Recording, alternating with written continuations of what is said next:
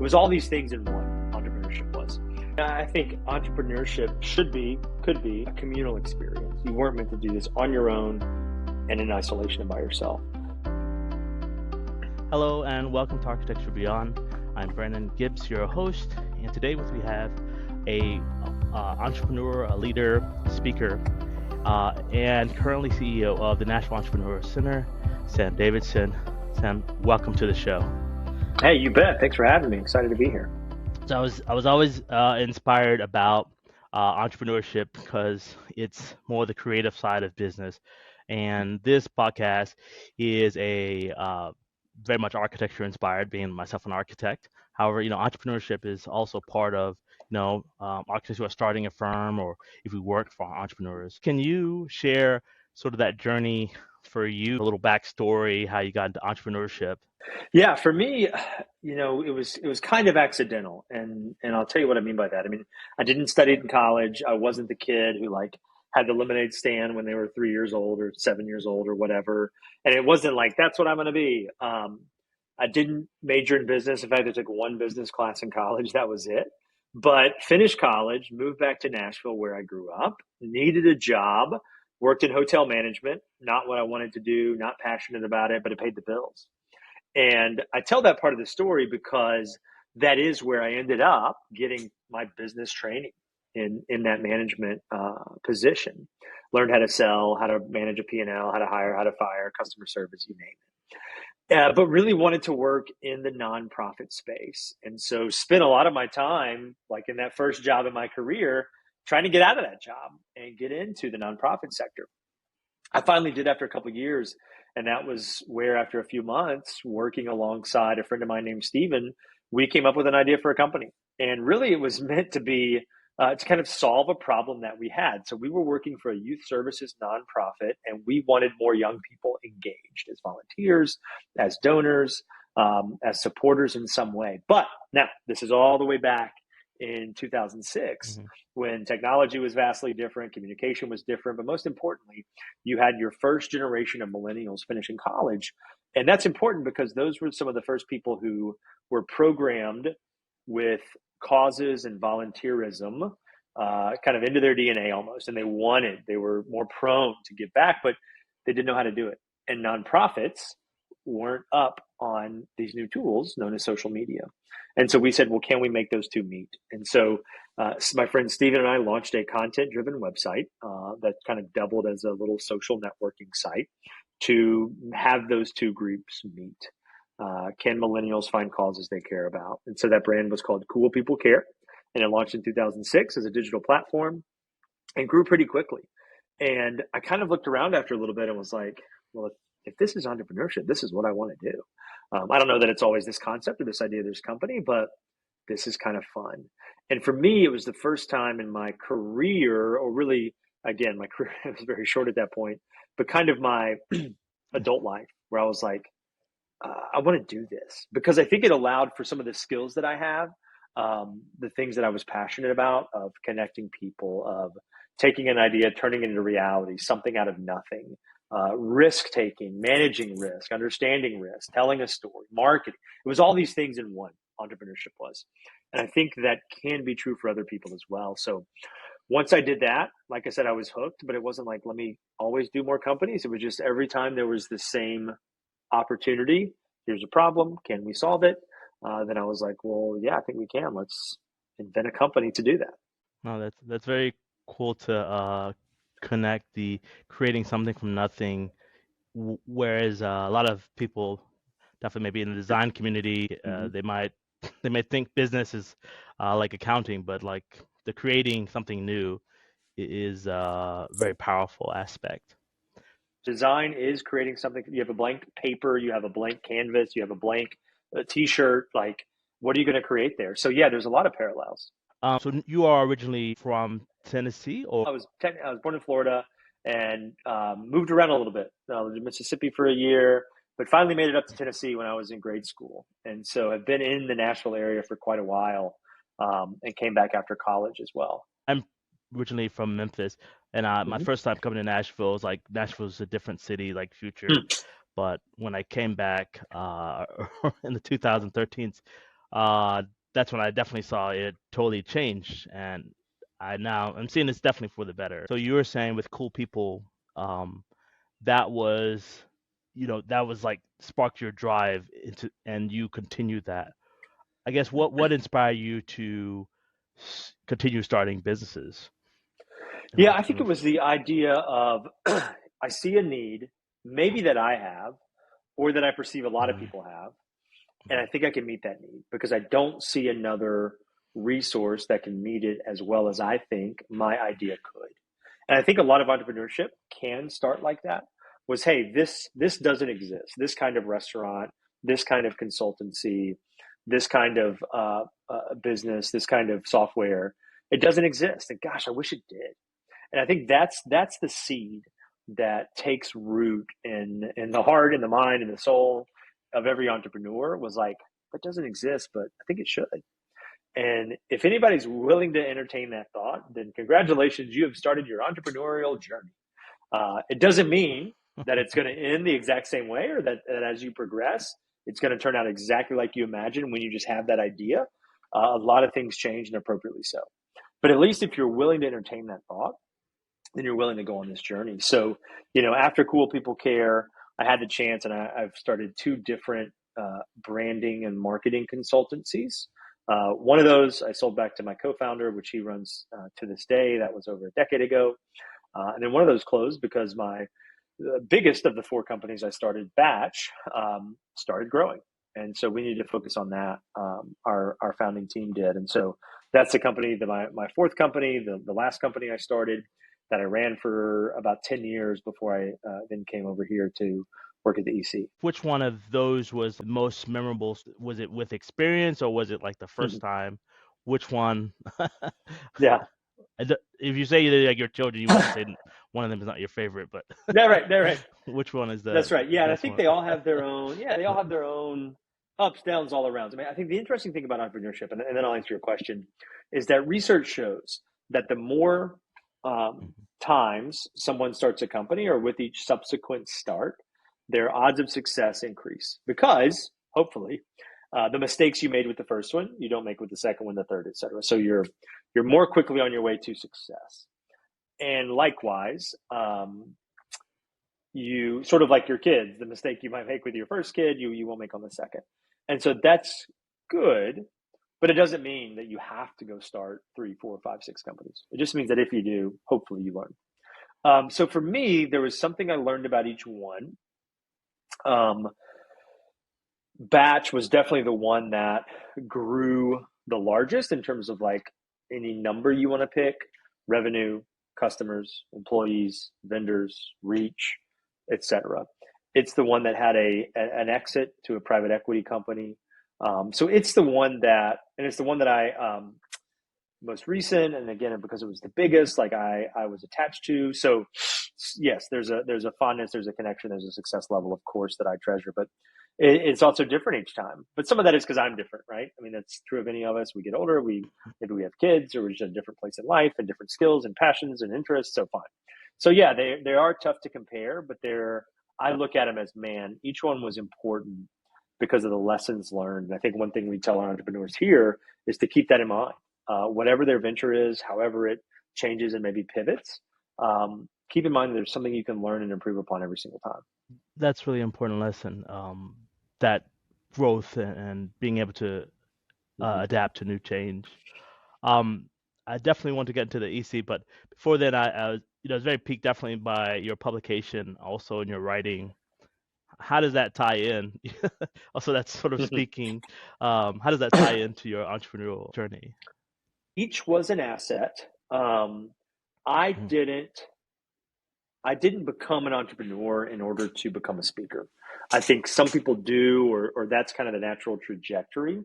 I grew up in the church, and so since I was 16 years old, was the first time I got to preach, which is just public speaking, and that was kind of a pathway I was on for a while, career wise, and it was something that by the time I was out of college, I had preached or publicly spoken, if you want to call it that, 500 times. And so Beyonce learned to sing in the church, and that's where I learned to speak. And so it was always an asset, and I thought that would be something I would do for a career.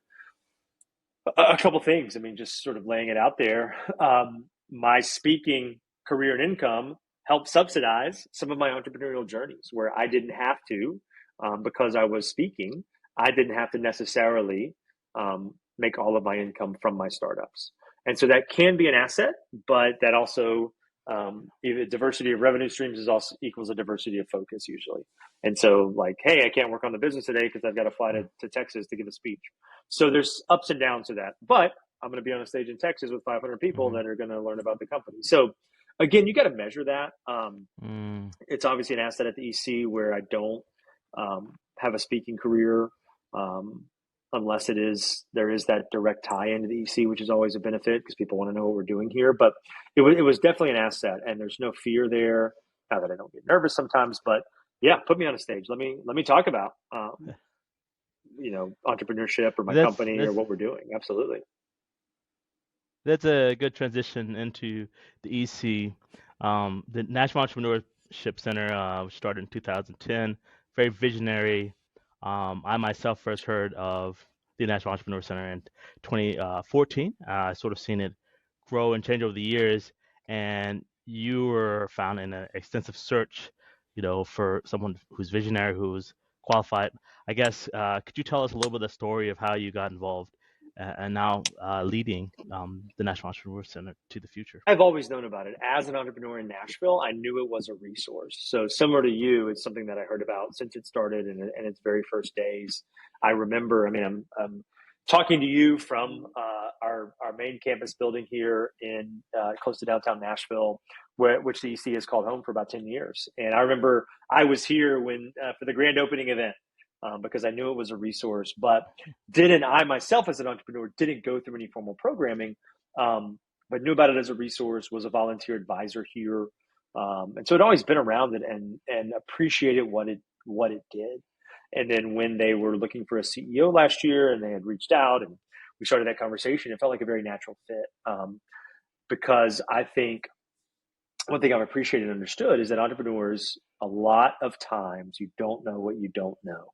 And so if there can be a resource that says, let me help you skip some steps, let me help you find what it is you need or help you learn what you don't know, then it gets people to success faster. There's no reason that everybody has to make the same mistake that other people make. So the more that we can do that and share that, that's exciting to me. So it's an honor to be in this position. It's something that if I'm lucky enough, I'll get to do for a long time, because I think Nashville is a fantastic city for entrepreneurs and it has so many possibilities. We can think about that in terms of our traditional popular industries, healthcare, music, and things like that. But again, I'm an example of someone who grew product companies or consulting and marketing companies in this city as well. So I think we've got something to offer for any entrepreneur. That's true. Nashville definitely surprised me for its potential in entrepreneurship. But at the same time, it's like when I started getting understanding about entrepreneurship after my college, as sort of in design world, came back and started thinking about business. Nashville was standing out, even against cities like San Francisco. So I guess how was so you're a recent, you've just started. How has that transition been? Sort of where the Nashville EC, where it's at, and sort of getting it toward that longer term vision. It's been good. I mean, I think one thing I tell folks is sort of just personally, like this is the first time in 17 years I have taken or walked into a job that I didn't create for myself, which is great. And with that, though, comes some learning, of course. Whereas when you're an entrepreneur, you're like, I own everything, I know everything, I want to touch everything. I can't do that at DC. It's too big, it's too important, and we have a great team who is better at what they're doing than I could ever be. And so there's been a healthy but a good reliance and learning for me and stretching for me on like, yes, I can trust that person to do that aspect of their job, and they're doing great. So that's been a challenge, but one I welcomed. To me, there's still the word I keep using is opportunity. The EC has so much opportunity. There's so many things that we could do for entrepreneurs, for Nashville, for the industries that are important here. And it's really a challenge, but again, a welcome one of where should we focus? What do we do first? What's most important? What's going to help the Mhm. most entrepreneurs in the best way? Those are all questions that I'm juggling early in this role. And those are definitely important ones because I think opportunity speaks. A lot of people, it's solving a problem, but at the same time, defining Yep. opportunity. Myself, I'm a little bit in the, I'm a licensed architect. I work Mm-hmm. with a company in the EC, Culture Architecture Design, great company. I've seen it where, um, like a lot of people nowadays are doing side hustles as well, but at the same time, that's also a Mm-hmm. business. It's also an opportunity. Um, can you sort of talk about the types of entrepreneurs and it's so I guess even this is partially important, of course, that the EC is both an incubator but also a co-working space. I Mm-hmm. guess could you describe sort of how that works together? Because it's like some people here are over like big companies all around the city. Some people are sort of doing a smaller thing, you know.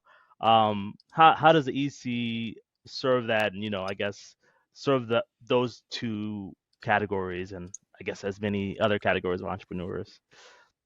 Our mission is to increase the likelihood of success for Yeah. entrepreneurs. Full stop. And so, again, statistics show, the Bureau of Labor Statistics says that half of all businesses at the 5-year mark are going to be out of business. And so we look at that's your likelihood of success out of the gate. And we look at that and we're like, we don't like that. A coin flip. How do we increase the likelihood of success? That's the mission we're on. And so we do that in a couple different ways. Number one, if you look at research anecdotes of what helps or makes an entrepreneur successful, one of the biggest things is connection to a mentor, an advisor, an expert, someone who has been there before. So we have a mission to do that. And we can connect any entrepreneur with a relevant advisor, whether it's a side hustle, a main hustle, your first time, your 10th time, new industry, same industry, race, gender, ethnicity, immigration, stat, you name it. We can work with you on that regard. The second thing that why businesses fail a lot of times, not the only reason, but it's lack of um, industry or lack of knowledge. And it's, hey, my product, I didn't know how to price it, or I didn't know how to find the right customers, or I didn't know how to navigate this challenge. And so if we can connect you with content, knowledge, curriculum, then that's another thing that will increase your likelihood of success. And over time, we have shown that our entrepreneurs who come through and work with us, instead of half of them being in business after 5 years, 80% are. So we're able to basically double those odds of Mm, success. Um, and that's how we do it. And so, yeah, to your point, we do yeah. have a co-working space. It's one of the most affordable in the city, free parking, free coffee. We have accelerator programming on top of that, and then intentionality with building the entrepreneurship community in general, all combined to help entrepreneurs of any type in any industry at any stage. Uh, and I've definitely seen that in action. I've seen definitely some seasoned colleagues and even myself, Mm-hmm. Architecture Beyond, and I also have a course business. Like the idea is there was so many Yep. principles I did learn at EC, and I feel it's continuing that legacy. So I, I'm Mm. I can Nice. attest to that.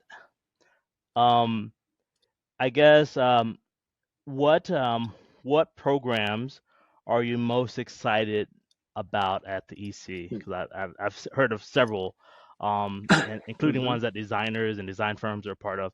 Yeah, so like, which ones are your favorites? Yeah, I love them all, right? It's like kids. How do you pick a favorite one? But I think we've got a few that are Mhm. again attacking this notion of success. So the way the EC is set up in terms of our programs is we have 3 accelerators that are industry based, one in healthcare, one in fintech, and one in music and entertainment.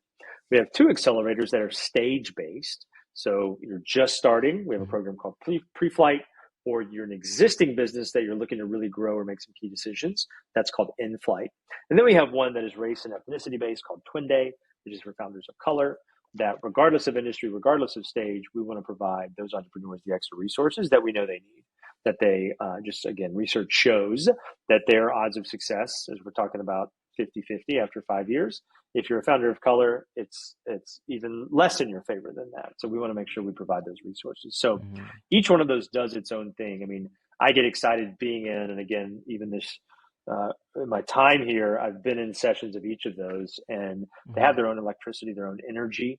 That's exciting to see. It's great when we can make an industry-based connection that takes someone's business to the next level.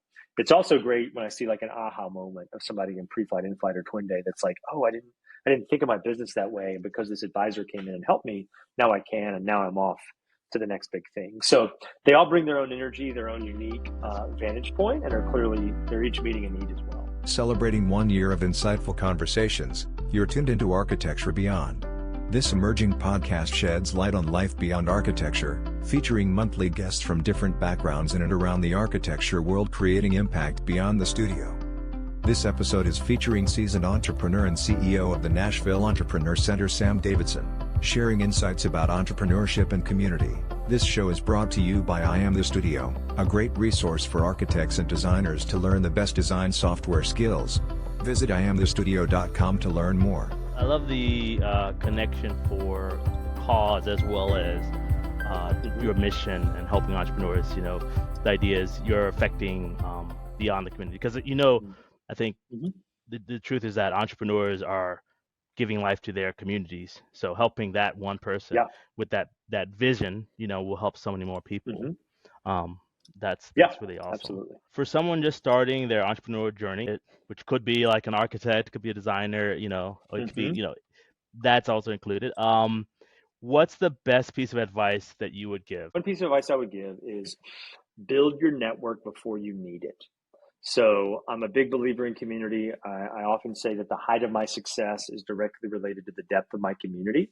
And a lot of times we think about our network of like, I'm getting sued, I need a lawyer, or taxes are due, I need an accountant. And it's like, it's time to build that network, like get to know an accountant now before taxes are due in April. Get to know an attorney now before you have a legal need. Because then when those things happen, they're less of an emergency, and you can call on that community or that network that you built. And so I think a lot of times we think of networking or like, what can you do for me today? So like you call me and no, I don't need an architect today. And you're like, okay, get out of here. Let me go find somebody. I got to make a sale. Whereas now I'm like, hey, you know what? We're going to redo our bathroom, our office, our build a whatever. Like, let me call Brandon. Like, he's an architect. We met, a while ago. He was on his podcast. Like, that's how it happens best. And so and I would say that to anybody, whether you're an entrepreneur or not, but it's especially true of entrepreneurs because your journey is going to take you places that you can't expect or plan on or guess right now. And so if you've got someone in specific areas, then you will get farther faster when it's time because you've already built that network. So I always encourage folks to build your network before you need it. That's really cool. And that network, the following question for the best advice is,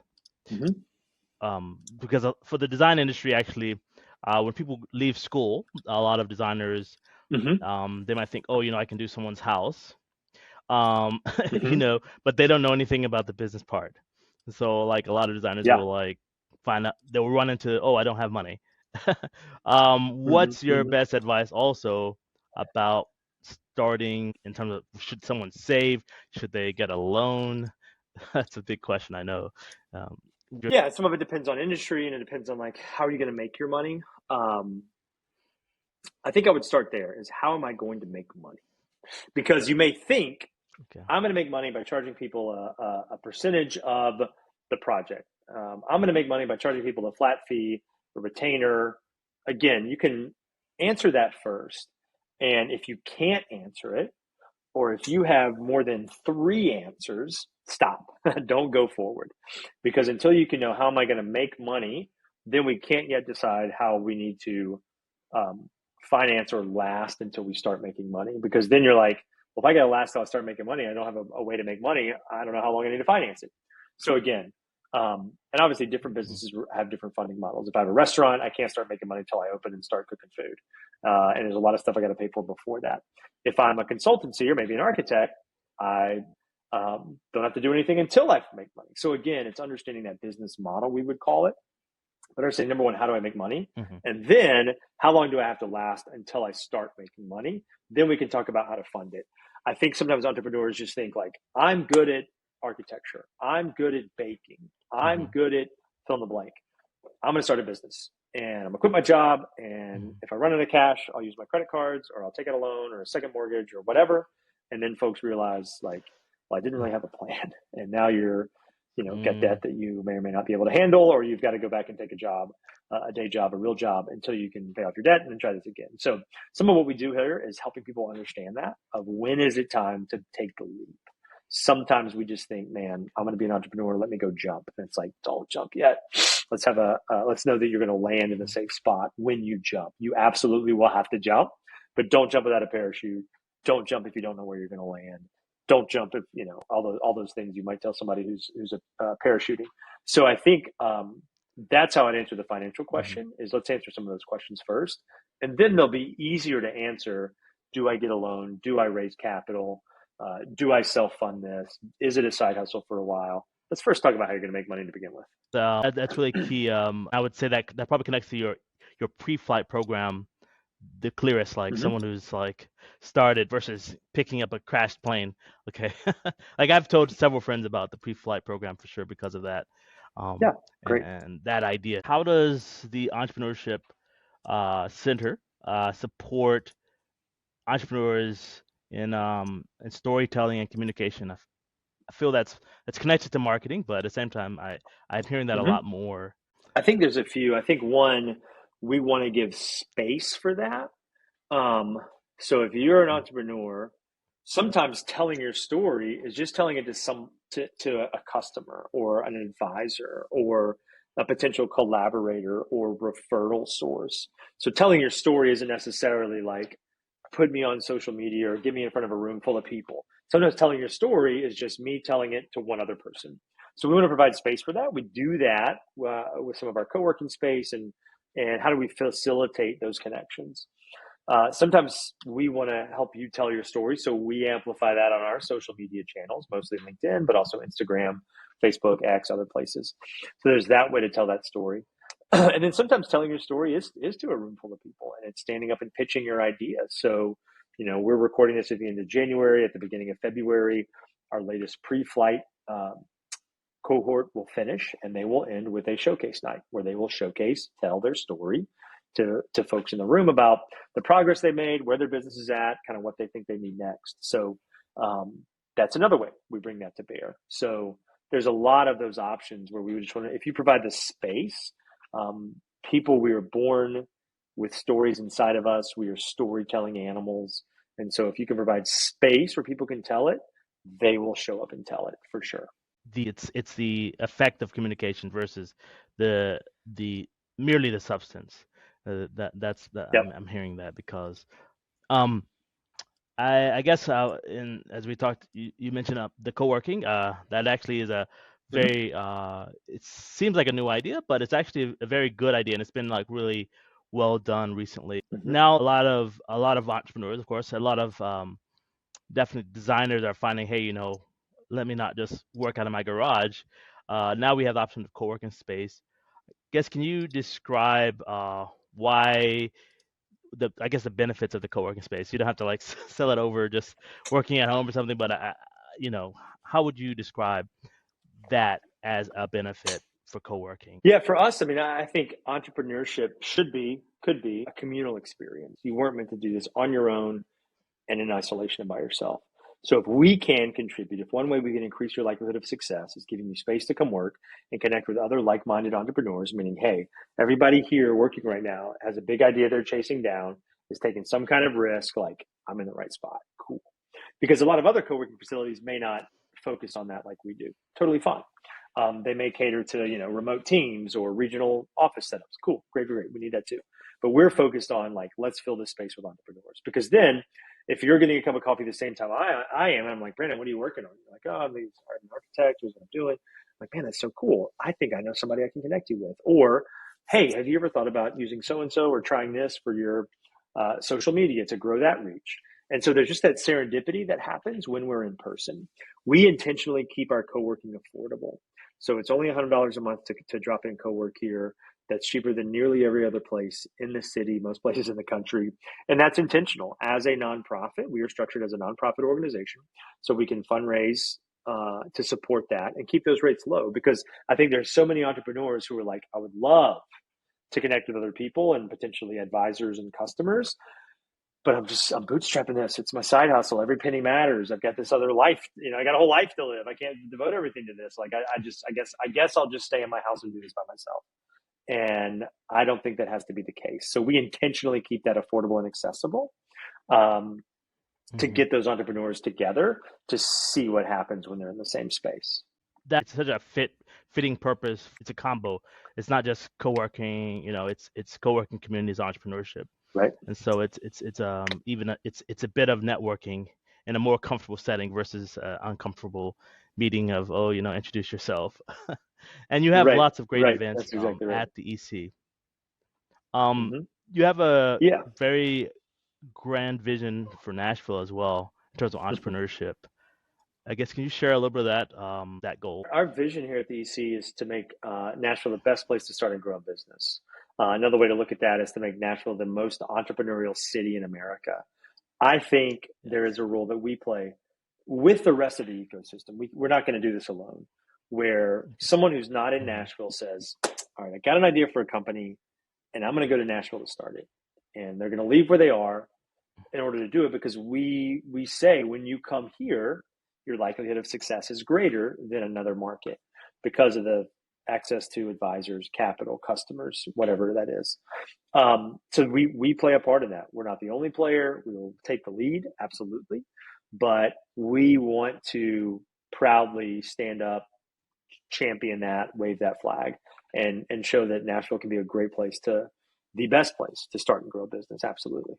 That's a beautiful vision, because though Nashville is called maybe a music city, though it has great at country music, it has some other things. Being entrepreneurial is such a compliment to community, and just really being a leader in the nation as well. So that's a great vision, and I think as people sort of share this, and more people are like, because every generation needs to learn about, hey, this is the better way to do it. That's going to be helpful. I guess, in what ways does the Nashville Entrepreneurship, I guess, help, I would say, people who are starting to build their networking community, like someone who has never heard of Nashville Entrepreneur Center, the first time they come. Now as CEO, you set your team and the vision. How does that help someone the first time? Versus if a designer comes the first time, like, where do they go?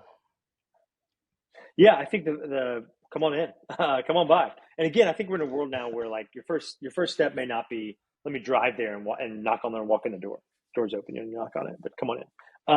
It might be a call or an email or checking out our website or social media. Cool. But we're committed to like, let's talk. And we've got somebody who nearly is always available. And you can schedule a time. Obviously that's much more, we can maximize our time if you schedule it, but it's like, yeah, tell me where you're at. And hey, I've been doing this for 5 years and here's what I need. Or like, gosh, I just got this idea. I don't know if I should quit my job yet. Like we want to hear that. And then we're able to say, okay, Brandon, here's my recommendation. Here's where you need to go next. And maybe it's in our building, maybe it's somewhere down the street, but like, let us do that first. So that's number one, what you can expect. Number two is, if you're a member of our community, we're doing at least one event a week this year. 2 of those are social each month, and then 2 of those are content educational based each month. So that's some of it too. It's like, that's a great place to kind of dip your toe. The first half of this year, that's free. Those are all free events, 1 a week, whether you're a member or not. Just come try it out, see who you meet. I think you're going to find a nice home here. Sometimes when I'm addressing a room of people, especially at the EC, I often say, who here is an entrepreneur? And if people raise their hand, then I say, welcome home, because we see ourselves as the home for Nashville's entrepreneurs. And so again, it doesn't mean you stay here and only here, right? Just like your house, you go other places, but you can always come back. You can always go back to where you are in your entrepreneurial journey, not just because you co-work out of here. I hope you get big enough that you leave here. Again, just like your parents want. Get out of here, Mm. man. Go to college, grow up, go get a job, start your own life. We want that for entrepreneurs. Like, do not stay here forever.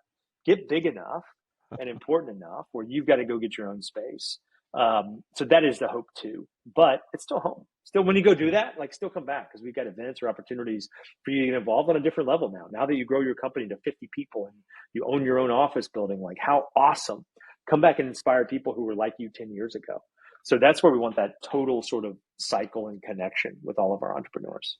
A home for entrepreneurs, that's a very beautiful vision and something that people can connect with, because I think a lot of people are, where can I, they might feel like they're a little bit orphaned when they have a dream or something, but they have a place that they can connect back to. Yeah, But absolutely. thank you again for telling so much about the Nashville Entrepreneur Center. I guess a personal question about your favorite entrepreneur.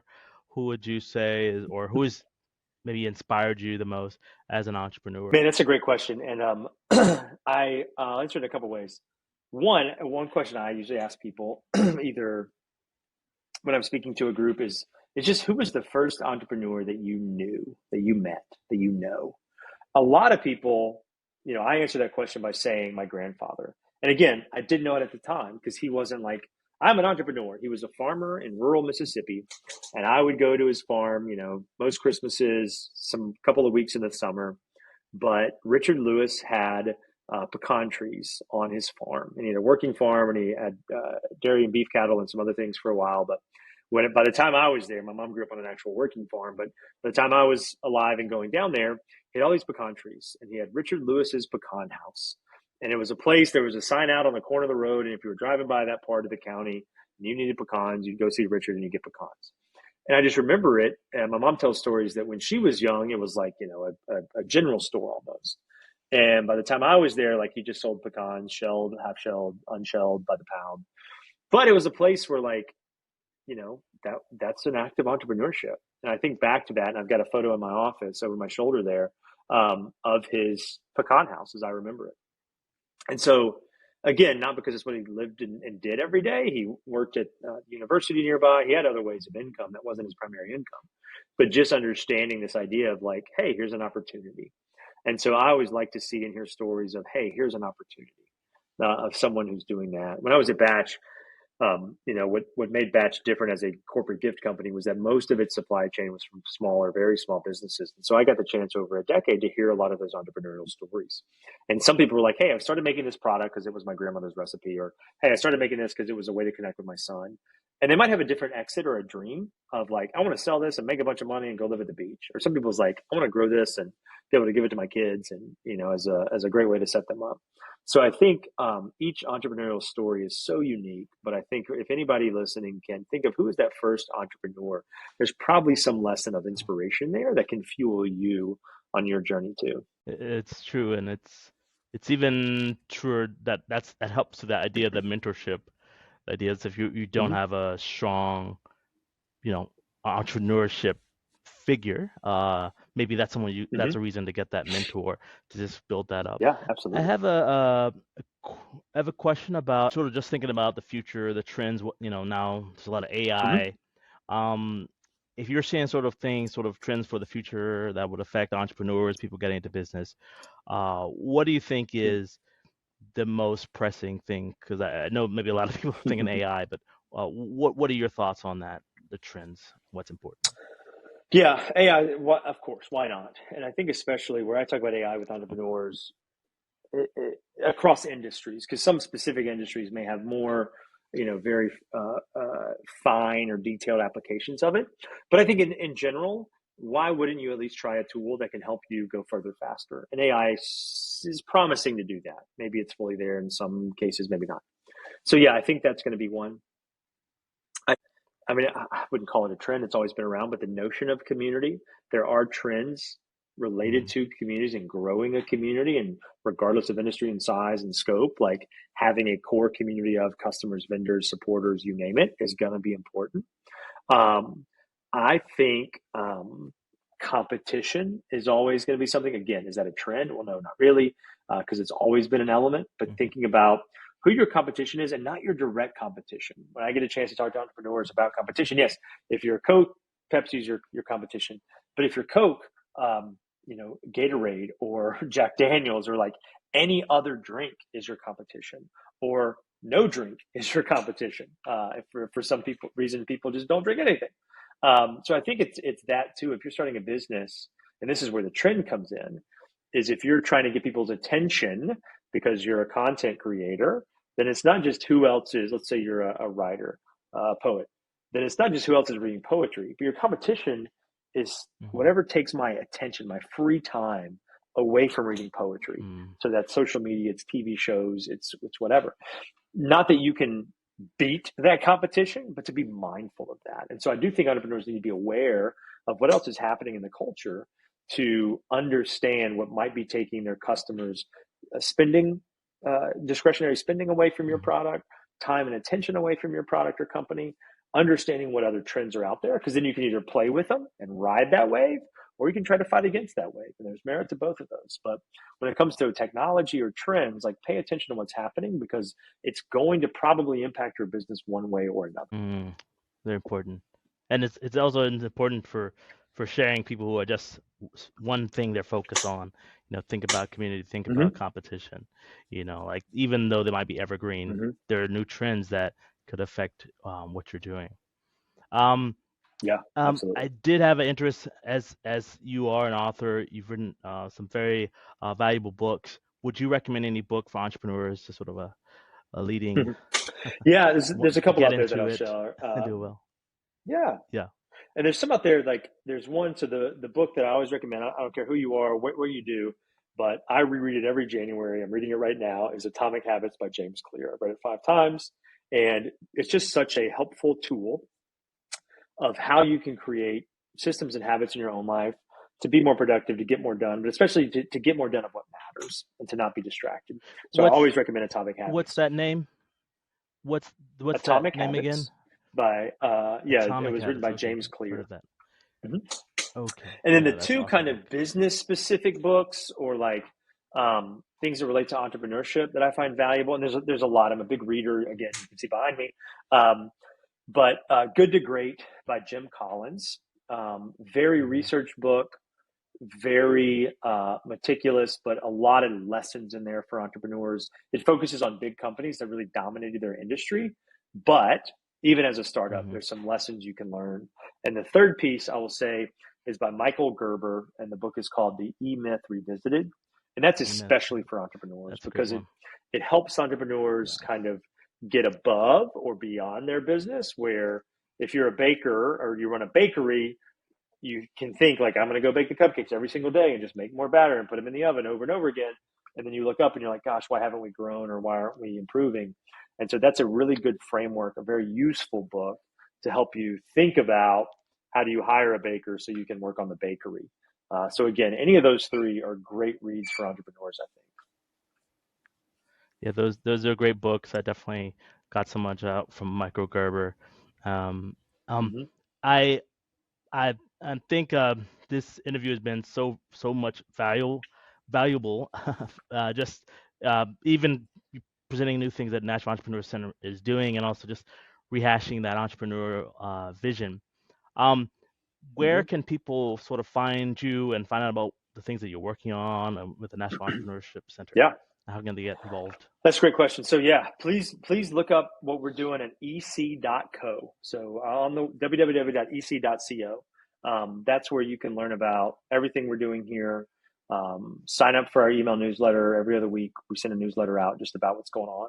So the best way to get connected. And then look us up on LinkedIn. Just search for Nashville Entrepreneur Center and we'll come up first thing. And follow us there. We post a lot of content there. And a lot of what we try to do there is tell the stories of folks like you. Tell the stories of people that are working from our space and having success, so that other people can sort of imagine themselves in that spot too. So those are 2 great places to get engaged. I just launched Architecture Beyond last year. So hopefully, to be published and achieve more things. It's awesome. Well, fantastic. Thank you again, Sam. I think you're doing a great work with a CEO of Nashville Entrepreneur Center, and also leader with entrepreneurship. Thank you for joining the show. I hope the audience Everyone, I hope you've gotten a lot out of hearing this entrepreneurial journey. Again, we'll have the links in the episode description. Thanks again for joining me. I am your host, Brandon Gibbs, and this has been Architecture Beyond. I'll see you in the next episode. If you're interested in learning more about the newest design software and techniques, visit our sponsor I Am The Studio at iamthestudio.com and sign up with our newsletter Design Insights Weekly. In the next episode of Architecture Beyond, we finally explore the foundation of interior design with a panel of experienced interior designers and the insights into what makes the perfect interior. Be sure to check it out. This has been Brandon and the Architecture Beyond crew. Catch you in the next episode.